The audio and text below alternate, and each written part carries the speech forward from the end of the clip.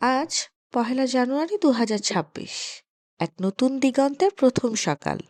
জানালা দিয়ে আসা আজকের এই প্রথম ভোরের আলোটা যেন একটু বেশি স্নিগ্ধ।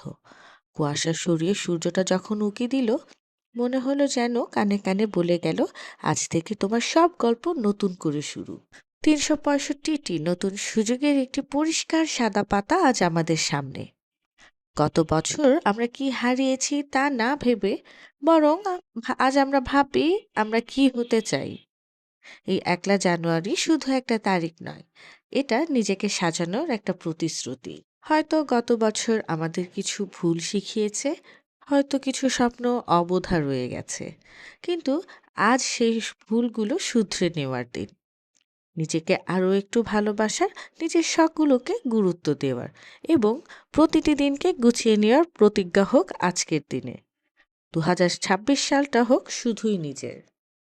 চায়ের কাপে প্রথম চুমুক দিতে দিতে আজ নিজের জন্য কিছু স্বপ্ন বুনি। জীবনটাকে আরও একটু বেশি ভালোবাসা, ছোট ছোট সাফল্যে খুশি হওয়া আর প্রিয়জনের সাথে সুন্দর কিছু মুহূর্ত কাটানো।